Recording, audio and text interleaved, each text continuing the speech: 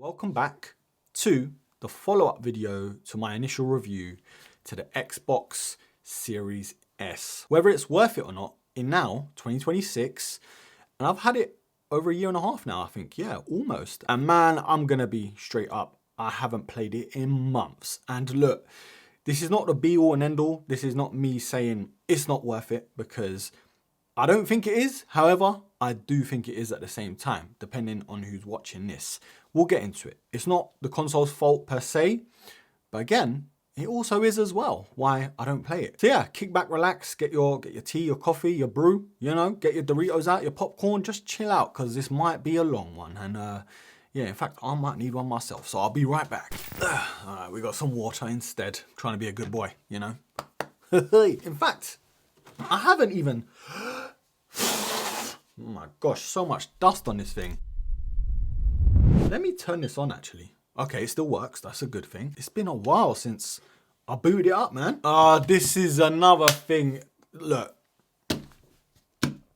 every time I boot up this thing or do anything with it, I have to do a password. I have to put a password in for everything, for every single thing. I can't. Why do I need to sign in with a password, bro? There must be a way to turn it off. I'm sure there is, man. So look, is the Series S worth it in 2026, moving into 2027? Now, I know we're only in April, but people are buying this thing for the long term. It's not just for one day, 1 month. It's literally for years, you know, whether it is an entertainment console, Netflix, digital downloads for films, video, series, and everything else, you know. People want to buy something and make it last for a number of years. I really wished I went for a One X. Now, you might be thinking, bro, what are you talking about? That came out in what, 2017? I know, bro, but there's reasons why. Yes, it has a disc drive, which is my main bag. I love secondhand games. I love going to CEX to get bargains. I love getting things on eBay for a couple of quid. Games that are worth now less than a cup of coffee, which if you try and find them digitally, they're like 40, 50 quid, 30 quid, 20 quid. Like, why would you do that? And I did it. And of course, I do regret it. But at the same time, I don't regret the time I've had with the Series S, because it's been a blast. And on paper, the One X is actually, well, from what I've seen, meant to be more powerful than the Series S. So again, for all the tech nerds out there, if power's your thing, I guess it makes more sense as well. But then at the same time, the current gen, the Series S with games, you kind of have to think about it that way too. You're still gonna get the same games like you would get on the Series X, nowhere near as good looking and as powerful, whatever, but again, it's still current gen. But then again, on a flip side, is there any games like now that you're worried about not getting on the One X, for example? If so, then yes, the Series S again might be the one to go for. But for me, if I had to do it all again, I would get the One X over the Series S, because I love physical games. It's just how I'm wired, man. I'm Turkish. I love a good deal. I love a good bargain. I love feeling a game. I love going to buy it in the shop. I love getting it delivered to my house and there, put it in, play it when I want, trade it, or just leave it for a few months, a year, 2 years, and then revisit it. Not worrying about if it's getting taken off the marketplace or the Play Store, whatever Xbox calls it. What do they call it? Do I have to sign in to check that? Okay, it's called the store, Microsoft Store, I guess. But Game Pass, I guess we'll go there. That was one of the reasons why I bought the Series S. In my head, I got it for a few months. I was loving it. A 3-month trial or pass I bought for about 15, 20 quid. Bargain. Now, they've put it up, I think, twice since owning the Series S. And I'm like, bro, I'm not even bothered anymore. I'm all right. I played the games I wanted to. I've finished them. I've revisited them all within a 3-4 month period. Loved it. Loved everything about Gears. Up until Gears 5, Halo, a couple of the games I couldn't play because I just couldn't be bothered. But a couple of them, I was like, yeah, this is how you should play games. Story mode, locked in, and you're just having a blast. Now, online is sort of like where it falls short for me, because all my friends are on the PS5.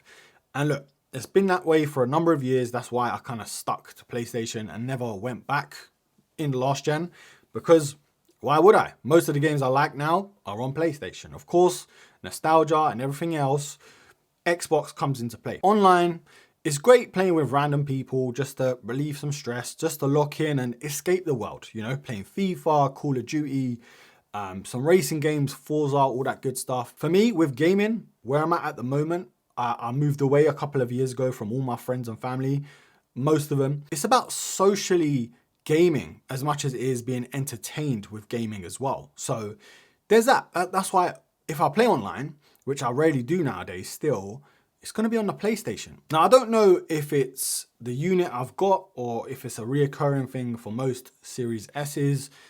But yeah, it was just so annoying that anything I do, it would just drop out here and there. It wasn't constant. It was just like every hour, every half hour, 45. And I'm like, if I were actually to want to play an online game, I'd be fuming. I'd be so angry. In the end, I bought like a mesh system where it plugs into the electrical system and then it sort of creates like a circuit to run it through the internet in the electrics. I don't know how it works. I'll link it down below what I bought.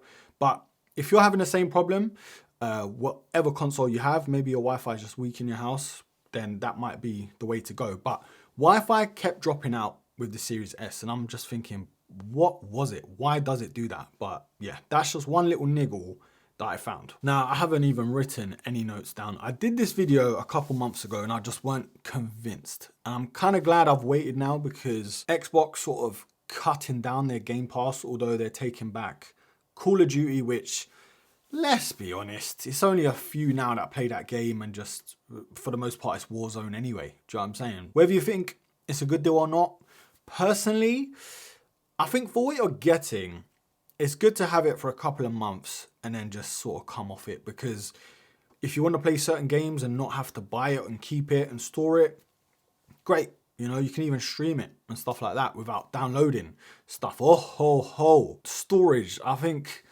the Series S, I kind of knew and was told, look, just save your money, get the Series X or get an expansion card. It didn't really bother me as much at the start because I'm replaying old Xbox 360 games.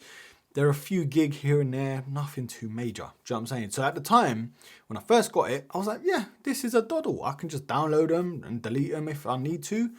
But after a while, you kind of feel like, I need to either use an external hard drive, which is kind of what I did anyway. The problem with that is I think you have to sort of chop and change the location of the games. You have to transfer it from your hard drive onto your Xbox.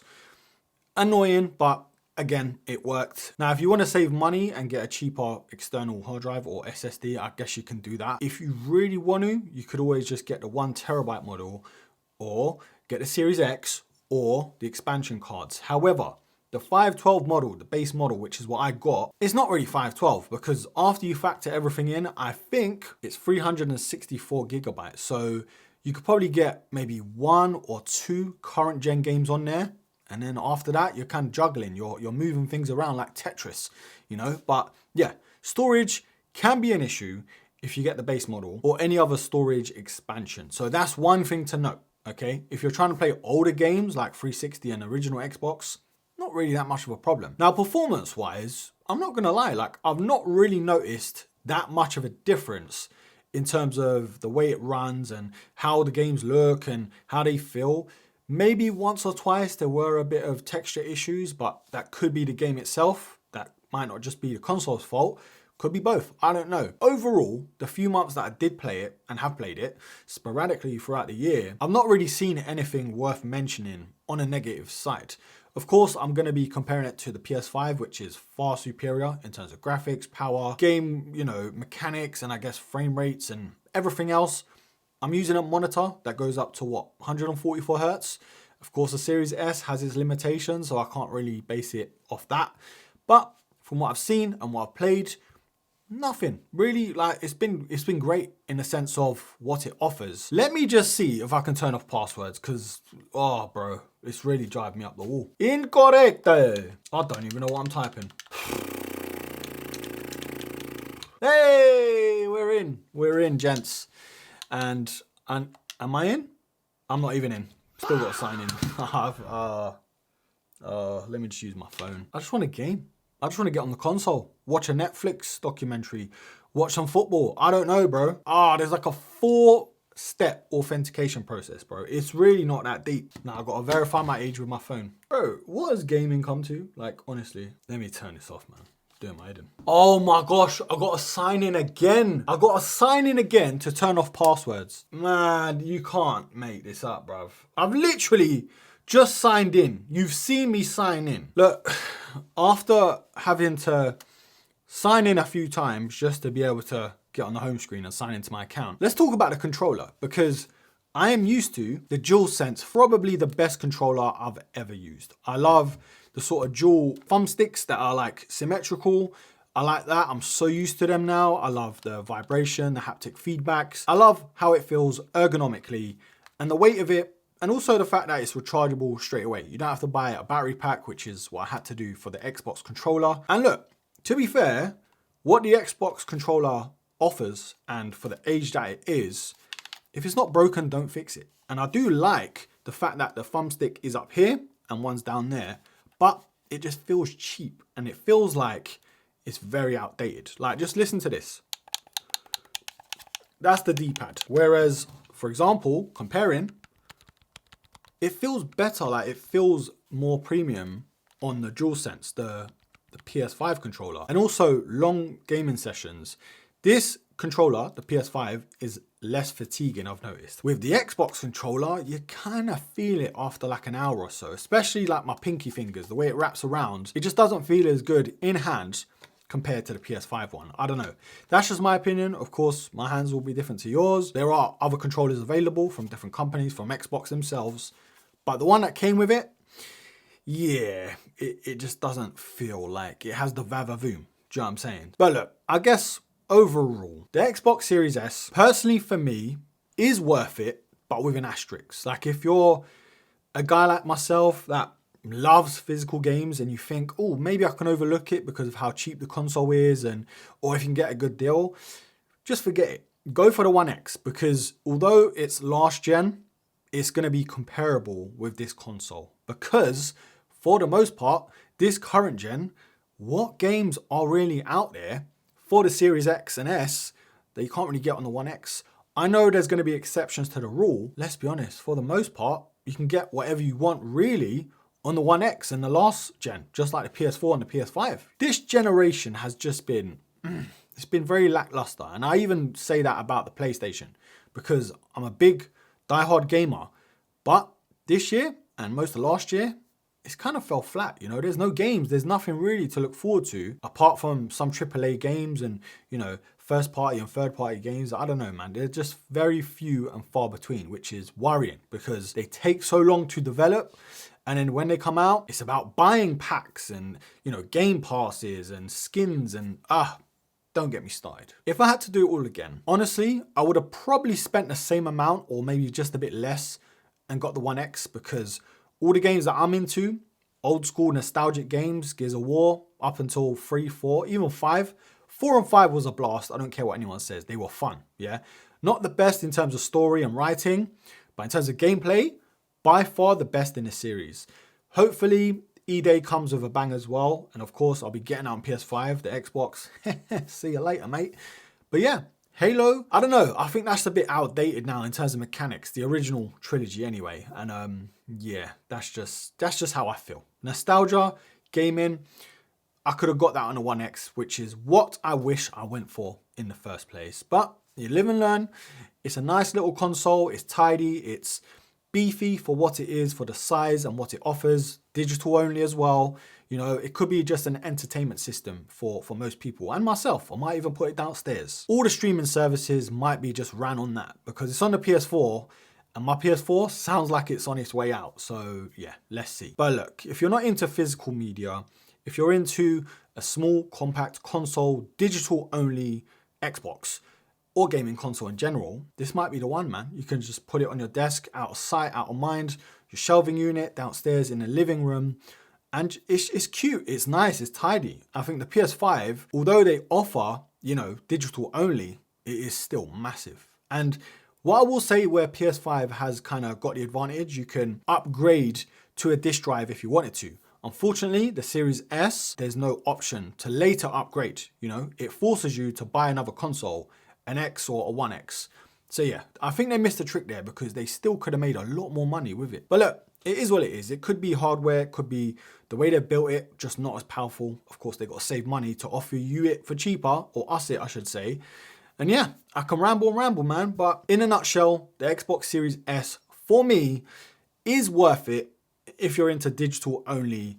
If not, stay clear, get the One X, save yourself some time, hassle, and long term, you'll be saving money with the games because you can get them for dirt cheap, you know, on eBay or wherever else. I may even do another video with a 2-year review, but I'm not gonna lie to you, it looks like I'm probably gonna sell this console and just keep to my PS5 because I don't game enough as it is and I can't really justify having the Xbox along with the PS5 when I barely game in general. So yeah, it is what it is. Hope you enjoyed this video. I should have said this before, but if you missed the first video, go and watch that because you're kind of going to see where my head was at getting the Xbox back then, my excitement, my expectations and everything else.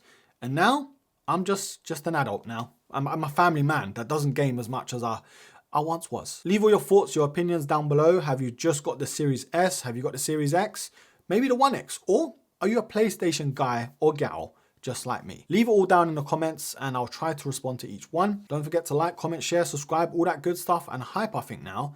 And yeah, I guess until the next episode, take care.